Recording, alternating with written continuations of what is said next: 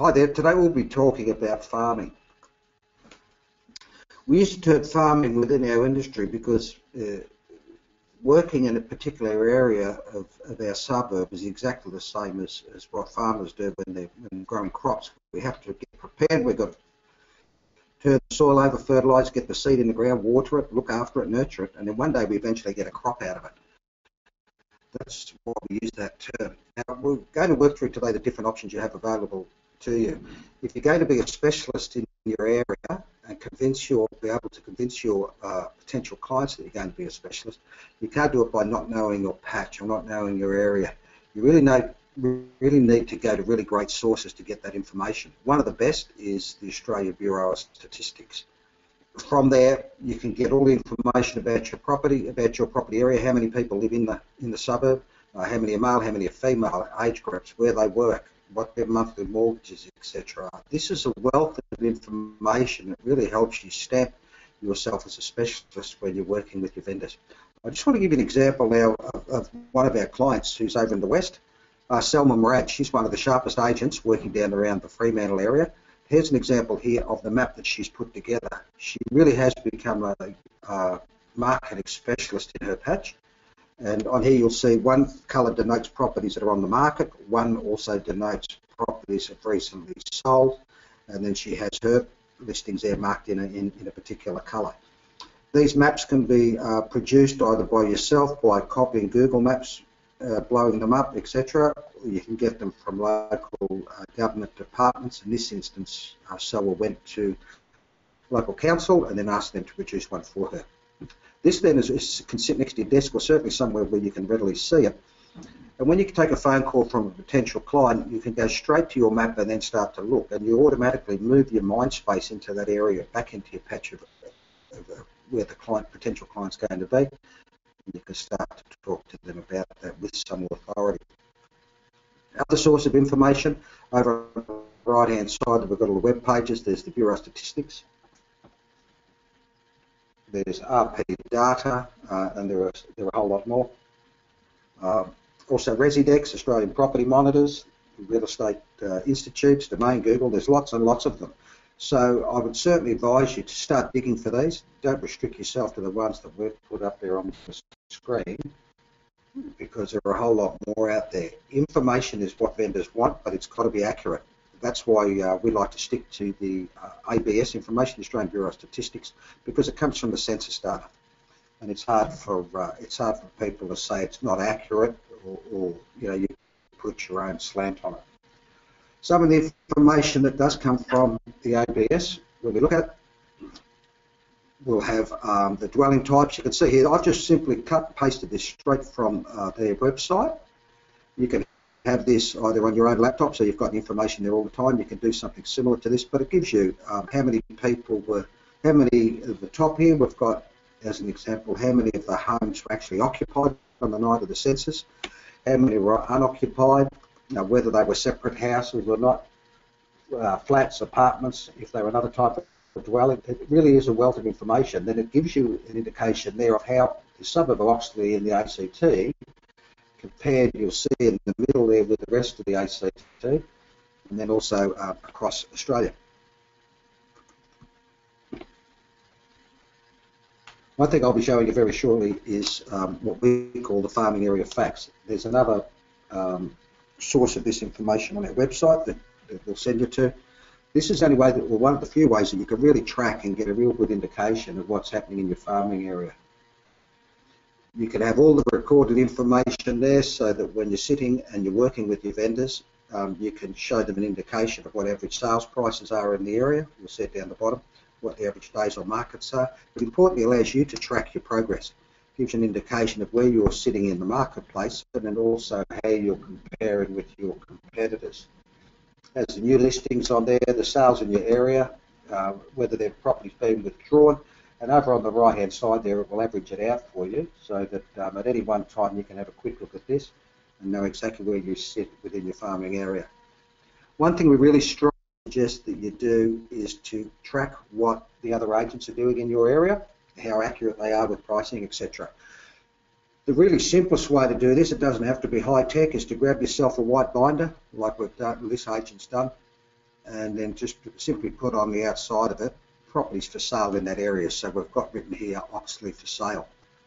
Then you can go to the real estate, any one of the real estate websites, in this instance it was realestate.com, and print off the other agents' listings, the brochure on them. Once you've got those, you can have a good read through it, get a good understanding or an idea of what's in the property, and then as you can see here, then write on it the date that it was listed and what you think the property's worth. You may not have been through it, but this will give you an indication and help you upskill yourself in what homes in the area are selling for. We call it a curbside appraisal. You simply pull up out the front in your car, have a real good look at it, look at the brochure, see what information that's provided there tells you about the property, how many bedrooms, etc. And then right across the front of it, when it was listed and what your approximate, what your idea on the price was.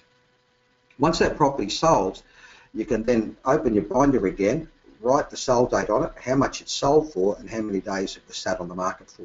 This is furthering your knowledge and building upon your knowledge all the time of what's happening in your area. You can then pull that brochure out and put it into another folder, which in this instance we'll call Oxley Sold. That way you've got a process. A property comes on the market in your patch, you haven't listed it, you can go around, print off the document, print off the brochure, go around, do a curbside appraisal by parking in the street, reading all about it, getting an indication of what you think the property's worth, then writing on there how much you think your appraisal range would have been, and then when it's sold, see how accurate it really was and how long it took to sell it. One of the areas within farming that we often forget about because we focus so much on properties and home sellers is local businesses that are in your area. It's really worth noting that if there's a small shopping centre, a small set of strip shops, or a larger shopping centre for that matter, that there are other business people just like you working in those areas, trying to make a quid. So what we've done here is we strongly advise that you support those guys by shopping within their businesses. You don't have to shop there every day, every second day, but if you make it a weekly and a really regular habit, they get used to seeing your face, and it's hard for them to say that you don't support their business. On the left-hand side here, up here, we've seen you can go to the deli and buy yourself 250 grams of ham for your lunches each week. That'll only add up to $250 a year. You've got the news agents over on the right-hand side. Buy yourself a scratchy in there. You might get lucky. The greengrocer, grab yourself an apple, look after your health. These all add up over the year of you really supporting these guys and being able to help them out. But you haven't expended too much money. The deli, $250, the greengrocer, $62, the coffee shop, $1,000. You're going to be buying coffee anyway or making coffee for yourself. Okay, so over the entire year, supporting your local businesses, you've invested $3,727 in this example that we've used here. Now, I'd put to you that that's not a lot of money to spend to be able to show these guys how much you support local. Now, if you really work those businesses and you spend time in there talking to them, talking about the market, they'll soon understand that you're the local agent and that you're the guy that they should be referring people to because they owe it to you because you've been in there supporting them so much over the year. So if only half of these folks sent you a referral each year, you'd get a return for your $5,000 commission on each one. If you've got 4 of them, you'd get back $20,000. And you can see at the bottom there how much you invested in each business. That's a return on your investment of $437,000, which is phenomenal. Sorry, 437%, which I think you've got to say is pretty good. Letterbox drops. Letterbox drops is one of the first things that agents start to forget about when they get busy. But the old letterbox drop is a really great source of business for us. Myself and Julie were talking to an agent the other day that works down in central New South Wales. They had this year, in the first 6 months of this year, they have listed 37 properties, of which 31 have come from letterbox drops. That's a phenomenal return. It's probably the highest we've ever come across. So when we dug down with the agent themselves on how they were doing it, they had a really structured plan.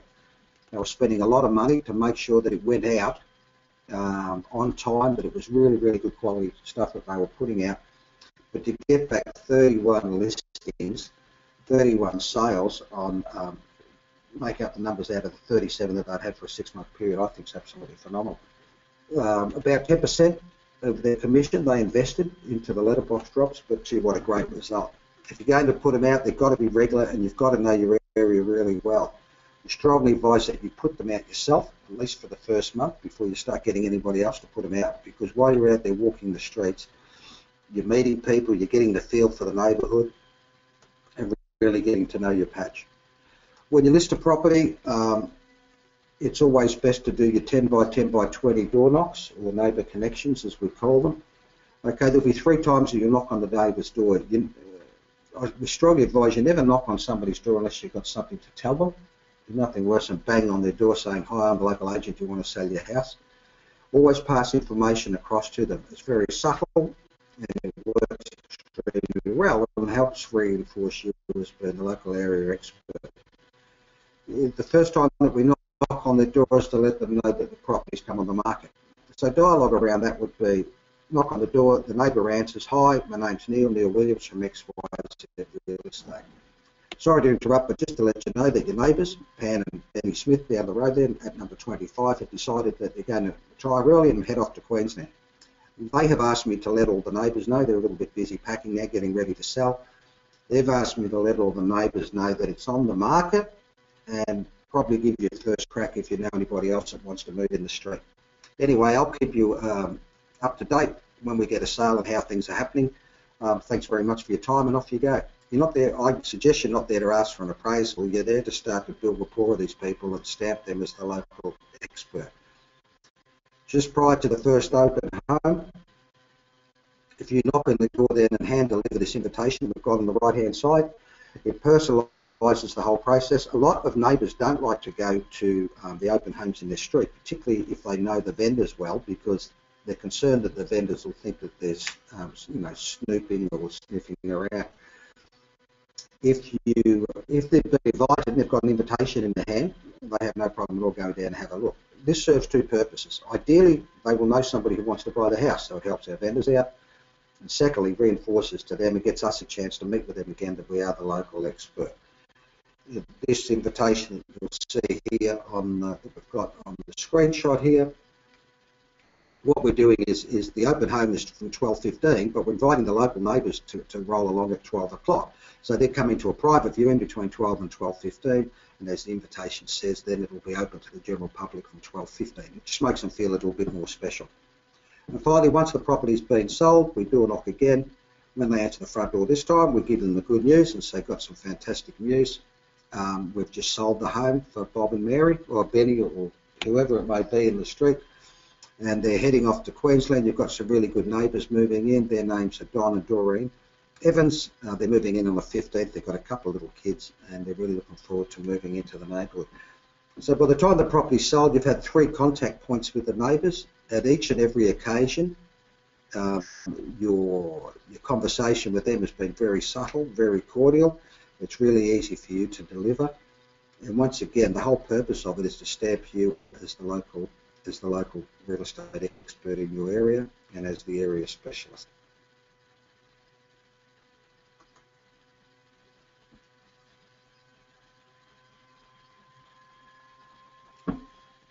Okay, these are just some of the methods of farming that you can use to become the area specialist. You need to really think them through. Come up with some really great ones.